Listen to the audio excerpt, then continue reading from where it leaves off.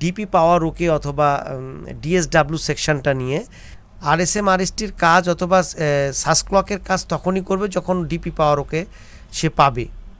তো এই জন্য এই জায়গাটা দেখা এবং মনে রাখাটা জরুরি যে আমার অবশ্যই এই জায়গাটার জন্য ক্লিয়ার থাকে।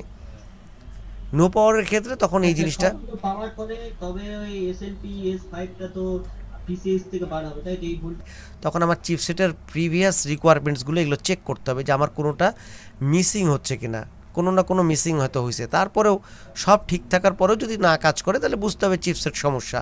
চিপসেট তো সমস্যা হয়ই, নষ্ট হয়ই, তো নষ্ট হইতেই পারে, কিন্তু তার আগে আমাকে কনফার্ম হতে হবে অ্যাকুরেটভাবে যে হ্যাঁ আমার ওই জায়গাটা প্রবলেম আছে।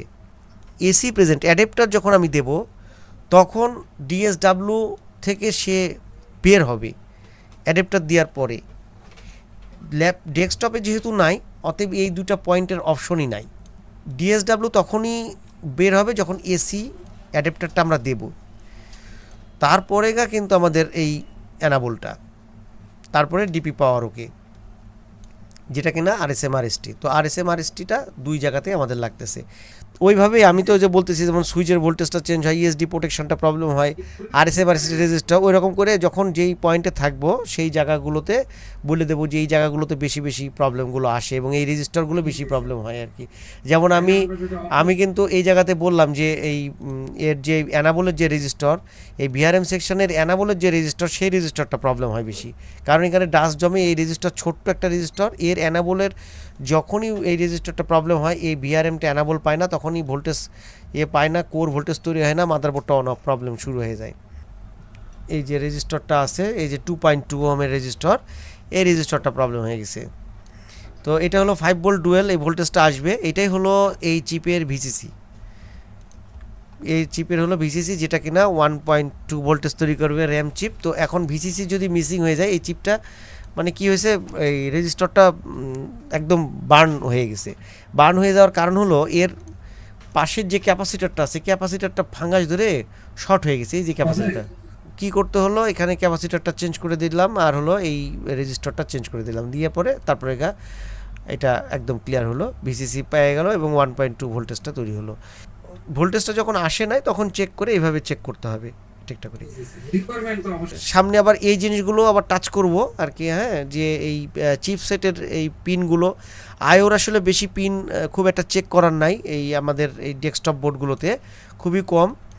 তো তারপরেও কিভাবে চেক করব না করব সেগুলো তো হবে, কিন্তু চিপসেটের আসলে অনেকগুলো সমস্যা এবং চিপসেট থেকে ধরা যায় যে বোর্ডটার কী অবস্থা না অবস্থা।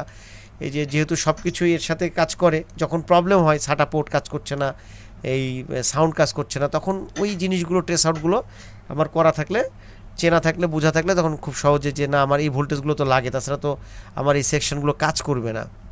পিসিএস পাওয়ার ওকে আছে কিনা, অল পাওয়ার ওকে আছে কিনা, এই জিনিসগুলো আমাকে তখন স্টেপ বাই স্টেপ চেক করতে হবে। কিন্তু ম্যাক্সিমাম বোর্ডে দেখা যাচ্ছে পাওয়ার গুডে ছোট ছোট রেজিস্টার, যেহেতু এগুলোতে হিটসিং দেওয়া থাকে, এগুলো অনেক ডাস্ট জমে যায়। এখানে যেমন এই ভিকোরের অ্যানাবলের যে রেজিস্টার সেটা প্রবলেম হয়ে যায়, এখানকার রিসেটের রেজিস্টার প্রবলেম হয়ে যায়। 3 ভোল্ট ডুয়েল, 5 ভোল্ট ডুয়েল এবং 3 ভোল্ট পিসিএস, যেটা 3 ভোল্ট পিসিএস থেকে সুইচ ভোল্টেজ যাচ্ছে। ডায়াগ্রাম দেখাইছিলাম, যে এই ডায়াগ্রামে বলা ছিল আর এই resume and reset RSM RST যদি তৈরি না হয়, মানে এইটা যদি না হয়, তাহলে চিপসেট ডিএসডাব্লিউ, এই ডিএসডাব্লিউ মানে ডিপ স্লিপ থেকে বের হয়ে আসবে না। আর যদি ডিপ স্লিপ থেকে বের না হয়ে আসে তাহলে chipset SLP S5 S4 S3 যে ভোল্টেজগুলো আমরা মানে সিগন্যালগুলো আমরা পাই চিপসেট থেকে, সেটা কোনো অবস্থাতে নয়ে হচ্ছে PS1 লো করবে। PS1 লো করবে কে করবে? আইও করবে, SIO। এটা 5 ভোল্ট থেকে 0 করে দিবে। 0 করে দিলে তারপরে মাদারবোর্ডটা অন হয়ে যাবে। ATX পাওয়ার, ATXের এই সাপ্লাইটা তখন মেন পাওয়ার বলতে কি বোঝাচ্ছে, সবগুলো পাওয়ার 5 ভোল্ট 3 ভোল্ট 12 ভোল্ট সবগুলো পাওয়ার সে হচ্ছে জেনারেট করবে।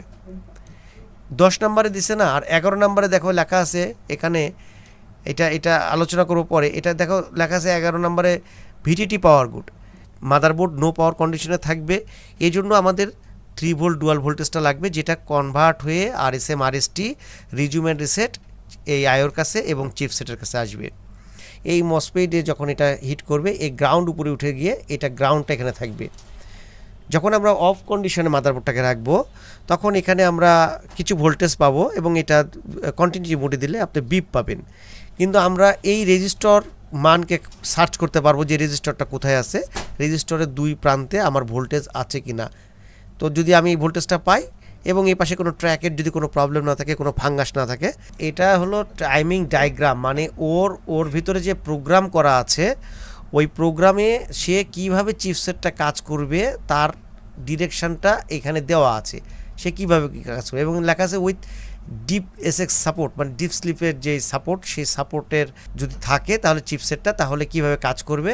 এবং সোর্স হলো বোর্ড, ডেস্টিনেশন হলো PCS, VCC RTC reset VCC আমরা মোট কথায় যে VCC DSW DP power okay এই জিনিসটা আমরা ভুলে যাই আমরা কাজ করার সময়, কিন্তু VCC system power okay all power okay DP power okay, এই পাওয়ার ওকেগুলো কার পরে কি অ্যাক্টিভেট হয় এবং কখন কোনটা চেক করতে হবে নো ডিসপ্লের ক্ষেত্রে।